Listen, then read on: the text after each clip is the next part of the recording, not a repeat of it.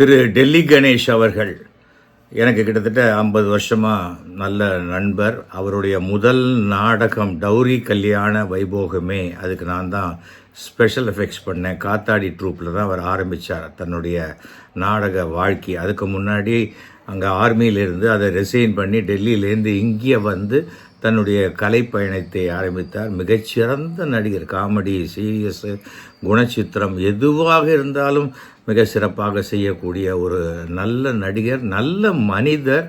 எல்லாவற்றுக்கும் மேலாக தன்னுடைய சமுதாயத்துக்கு வேணுங்கிற விஷயங்களை, சமுதாய மக்களுக்கு வேணுங்கிற விஷயங்களுக்காக நிறைய முன்னெடுப்புகள் செய்துள்ளார்.